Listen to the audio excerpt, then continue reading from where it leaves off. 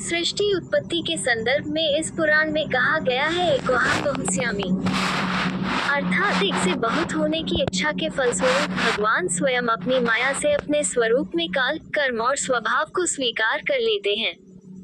तब काल से तीनों गुणों सत्व, रज और तम में क्षोभ उत्पन्न होता है तथा स्वभाव उस क्षोभ को रूपांतरित कर देता है।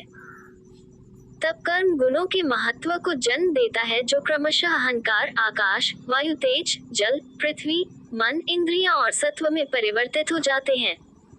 इन सभी के परस्पर मिलने से व्यष्टि समष्टि रूप पिंड और ब्रह्मांड की रचना होती है। ये ब्रह्मांड रूपी अंडा 1000 वर्ष तक ऐसे ही पड़ा रहा। फिर भगवान ने उसमें से सहस्त्र मुख और अंगों वाले विराट पुरुष को प्रकट किया। उस विराट पुरुष के मुख से ब्राह्मण, भुजाओं से क्षत्रियों से क्षत्रिय, जांघों से वैश्य और पैरों से शूद्र उत्पन्न हुए। विराट पुरुष रूपी नर से उत्पन्न होने के कारण जल को नार कहा गया। ये नार ही बाद में नारायण कहलाया। कुल 10 प्रकार की सृष्टियां बताई गई हैं। महतत्व, अहंकार, तन्मात्र, इंद्रियां, इंद्रियों के अधिष्ठाता देव, मन और अविद्या, ये 6 प्राकृत सृष्टियां हैं। इनके अलावा 4 विकृत सृष्टियां हैं, जिनमें स्थावर, वृक्ष, पशु, पक्षी, मनुष्य और देव आते हैं।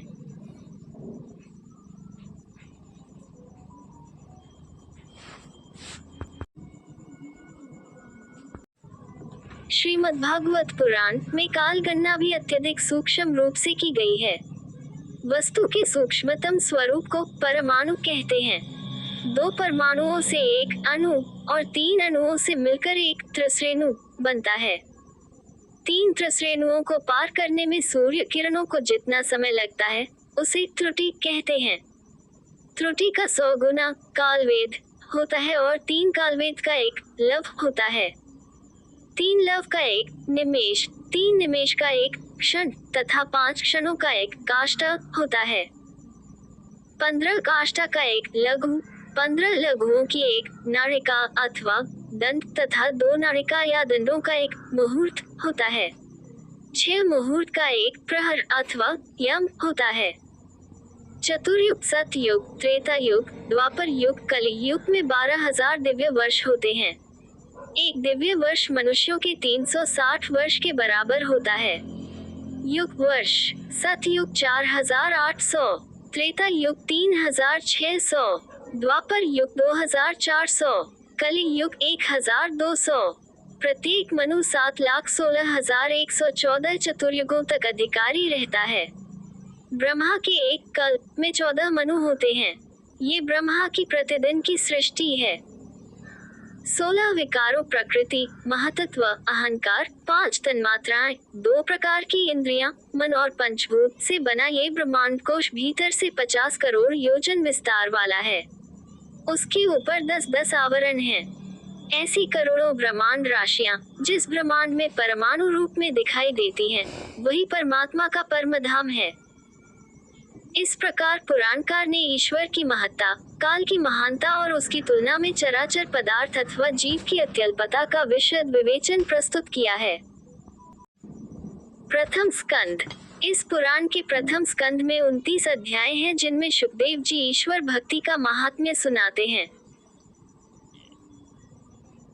भगवान के विविध अवतारों का वर्णन, देवर्षि नारद के पूर्व जन्मों का चित्रण, राजा परीक्षित के जन्म, कर्म और मोक्ष की कथा, अश्वत्थामा का निंदनीय कृत्य और उसकी पराजय, भीष्म पितामह का प्राण त्याग, श्री कृष्ण का द्वारका गमन, विदुर के उपदेश, धृतराष्ट्र, गांधारी तथा कुंती की तनगमन एवं पांडवों का स्वर्गारोहण के लिए हिमालय में जाना आदि घटनाओं का क्रमवार कथानक के रूप में वर्णन किया गया है। द्वितीय स्कंद। इस स्कंद का प्रारंभ भगवान के विराट स्वरूप वर्णन से होता है। इसके बाद विभिन्न देवताओं की उपासना, गीता का उपदेश, श्री कृष्ण की महिमा और कृष्णार्पणमस्तु की भावना से की गई भक्ति का उल्लेख है। इसमें बताया गया है कि सभी जीवात्माओं में आत्मा स्वरूप कृष्ण ही विराजमान है। पुराणों के 10 लक्षणों और सृष्टि उत्पत्ति का उल्लेख भी इस स्कंद में मिलता है। तृतीय स्कंद। तृतीय स्कंद उद्धव और विदुर जी की भेंट के साथ प्रारंभ होता है। इसमें उद्धव जी श्री कृष्ण की बाल लीलाओं तथा अन्य लीला चरित्रों का उल्लेख करते हैं।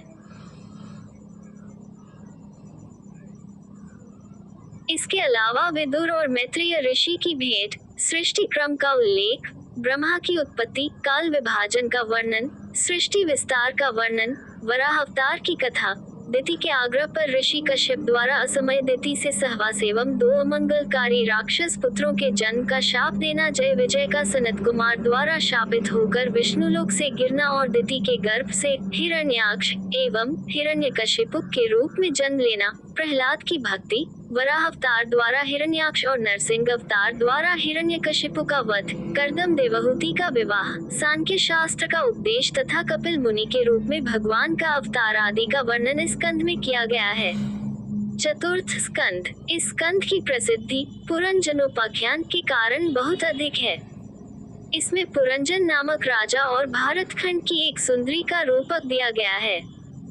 इस कथा में पुरंजन भोग विलास की इच्छा से नवद्वार वाली नगरी में प्रवेश करता है।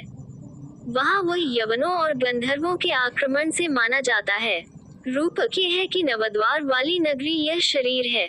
युवावस्था में जीव इसमें स्वच्छंद रूप से विहार करता है, लेकिन कालकन्या रूपी वृद्धावस्था के आक्रमण से उसकी शक्ति नष्ट हो जाती है और अंत में उसमें आग लगा दी जाती है।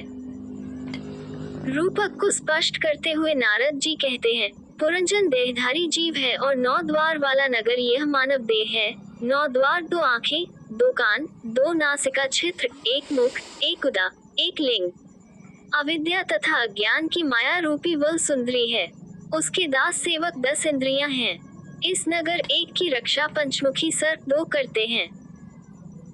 11 सेनापति, 3 पाप और पुण्य के 2 पहिए, 3 गुणों 4 वाली रथ की ध्वजा, त्वचा आदि 7 धातुओं का आवरण तथा इंद्रियों द्वारा भोग शिकार का प्रतीक है। काल की प्रबल गति एवं वेग ही शत्रु गंधर्व चंडवेग है।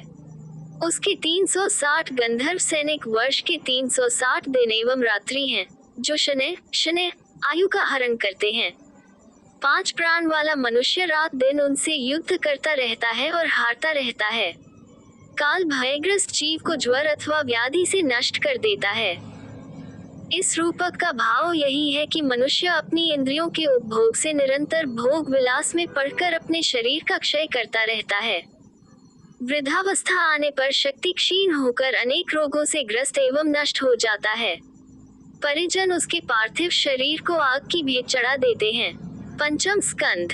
पंचम स्कंद में प्रियव्रत, अग्निध्र, राजा नाभि, ऋषभदेव तथा भरत आदि राजाओं के चरित्रों का वर्णन है।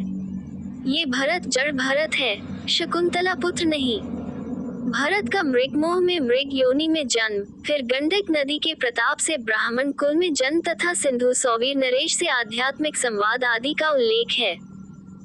इसके पश्चात पुरंजनोपाख्यान की भांति रूपक द्वारा प्राणियों के संसार रूपी मार्ग का सुंदर वर्णन किया गया है। इसके बाद भरत वंश तथा भुवन कोश का वर्णन है। तदुपरांत गंगावतरण की कथा, भारत का भौगोलिक वर्णन तथा भगवान विष्णु का स्मरण शिशुमार नामक ज्योतिष चक्र द्वारा करने की विधि बताई गई है। अंत में विभिन्न प्रकार के रौरव नरकों का वर्णन यहाँ किया गया है। षष्ठ स्कंद। षष्ठ स्कंद में नारायण कवच और पुंसवन व्रत विधि का वर्णन जनोपयोगी दृष्टि से किया गया है। पुंसवन व्रत करने से पुत्र की प्राप्ति होती है। व्याधियों, रोगों तथा ग्रहों के दुष्प्रभावों से मनुष्य की रक्षा होती है। एकादशी एवं द्वादशी के दिन इसे अवश्य करना चाहिए। इस स्कंद का प्रारंभ कान्यकुब्ज के निवासी अजामिल उपाख्यान से होता है। अपनी मृत्यु के समय अजामिल अपने पुत्र नारायण को पुकारता है। उसकी पुकार पर भगवान विष्णु के दूत आते हैं और उसे परमलोक ले जाते हैं। भागवत धर्म की महिमा बताते हुए विष्णु दूत कहते हैं कि चोर, शराबी, मित्रद्रोही, ब्रह्मघाती, गुरु पत्नीगामी और चाहे कितना भी बड़ा पापी क्यों न हो, यदि वह भगवान विष्णु के नाम का स्मरण करता है तो उसके कोटि कोटि जन्मों के पाप नष्ट हो जाते हैं। किंतु इस कथन में अतिशयोक्ति दिखाई देती है। परस्त्रीगामी और गुरु की पत्नी के साथ समागम करने वाला कभी सुखी नहीं हो सकता। ये तो जघन्य पाप है। ऐसा व्यक्ति रौरव नरक में ही गिरता है। इसी स्कंद में दक्ष प्रजापति के वंश का भी वर्णन प्राप्त होता है। नारायण कवच के प्रयोग से इंद्र को शत्रु पर भारी विजय प्राप्त होती है। इस कवच का प्रभाव मृत्यु के पश्चात भी रहता है। इसमें वत्रासुर राक्षस द्वारा देवताओं की पराजस, दधीचि ऋषि की अस्थियों से वज्र निर्माण तथा वत्रासुर के वध की कथा भी दी गई है। सप्तम स्कंद में भक्तराज प्रहलाद और हिरण्यकशिपु की कथा विस्तार पूर्वक है। इसके अतिरिक्त मानव धर्म, वर्ण धर्म और स्त्री धर्म का विस्तृत विवेचन है। भक्त प्रहलाद के कथानक के माध्यम से धर्म, त्याग, भक्ति तथा निष्पृहता आदि की चर्चा की गई है। अष्टम स्कंद, इस स्कंद में ग्राह द्वारा गजेंद्र के पकड़े जाने पर विष्णु द्वारा गजेंद्र उद्धार की कथा का रोचक वृतांत है। इसी स्कंद में समुद्र मंथन और मोहिनी रूप में विष्णु द्वारा अमृत बांटने की कथा भी है। देवासुर संग्राम और भगवान के वामन अवतार की कथा भी इस स्कंद में है। अंत में मत्स्य अवतार की कथा ये स्कंद समाप्त हो जाता है। नवम स्कंद, पुराणों के एक लक्षण वंशानुचरित के अनुसार इस स्कंद में मनु एवं उनके 5 पुत्रों के वंश इक्ष्वाकु वंश, निमि वंश, चंद्र वंश, विश्वामित्र वंश तथा पुरु वंश, भरत वंश, मगध वंश, अनु वंश, द्रह्यु वंश, तुर्वसु वंश और यदु वंश आदि का वर्णन प्राप्त होता है। राम, सीता आदि का भी विस्तार से विश्लेषण किया गया है। उनके आदर्शों की व्याख्या भी की गई है। दशम स्कंद, ये स्कंद 2 खंडों पूर्वार्ध और उत्तरार्ध में विभाजित है। इस स्कंद में श्री कृष्ण चरित्र विस्तार पूर्वक है। प्रसिद्ध रास पंचाध्याय भी इसमें प्राप्त होती है। पूर्वार्ध के अध्यायों में श्री कृष्ण के जन्म से लेकर अक्रूर जी के हस्तिनापुर जाने तक की कथा है। उत्तरार्ध में जरासंध से युद्ध, द्वारकापुरी का निर्माण, रुक्मिणी हरण, श्री कृष्ण का गृहस्थ धर्म, शिशुपाल वध आदि का वर्णन है। ये स्कंद पूरी तरह से श्री कृष्ण लीला से भरपूर है। इसका प्रारंभ वसुदेव देवकी के विवाह से प्रारंभ होता है। भविष्यवाणी, कंस द्वारा देवकी के बालकों की हत्या, कृष्ण का जन्म, कृष्ण की बाल लीलाएं, गोपालन, कंस वध, अक्रूर जी की हस्तिनापुर यात्रा, जरासंध से युद्ध, द्वारका पलायन, द्वारका नगरी का निर्माण, रुक्मिणी से विवाह, प्रद्युम्न का जन्म, शंबासुर वध, स्यमंतक मणि की कथा, जम्बवती और सत्यभामा से कृष्ण का विवाह, उषा अनिरुद्ध का प्रेम प्रसंग, बानासुर के साथ युद्ध तथा राजा नृक की कथा आदि के प्रसंग आते हैं। इसी स्कंद में कृष्ण सुदामा की मैत्री की कथा भी दी गई है।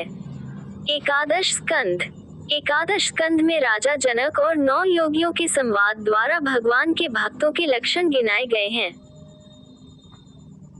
ब्रह्मवेत्ता दत्तात्रेय महाराज यदु को उपदेश देते हुए कहते हैं कि पृथ्वी से धैर्य, वायु से संतोष और निर्लिप्तता, आकाश से अप्रच्छिन्नता, जल से शुद्धता, अग्नि से निर्लिप्तता एवं माया, चंद्रमा से क्षण भंगुरता, सूर्य से ज्ञान ग्राहकता तथा त्याग की शिक्षा ग्रहण करनी चाहिए। आगे उद्धव को शिक्षा देते हुए 18 प्रकार की सिद्धियों का वर्णन किया गया है। इसके बाद ईश्वर की विभूतियों का उल्लेख करते हुए वर्णाश्रम धर्म, ज्ञान योग, कर्मयोग और भक्ति योग का वर्णन है। द्वादश स्कंद, इस स्कंद में राजा परीक्षित के बाद के राजवंशों का वर्णन भविष्यकाल में किया गया है।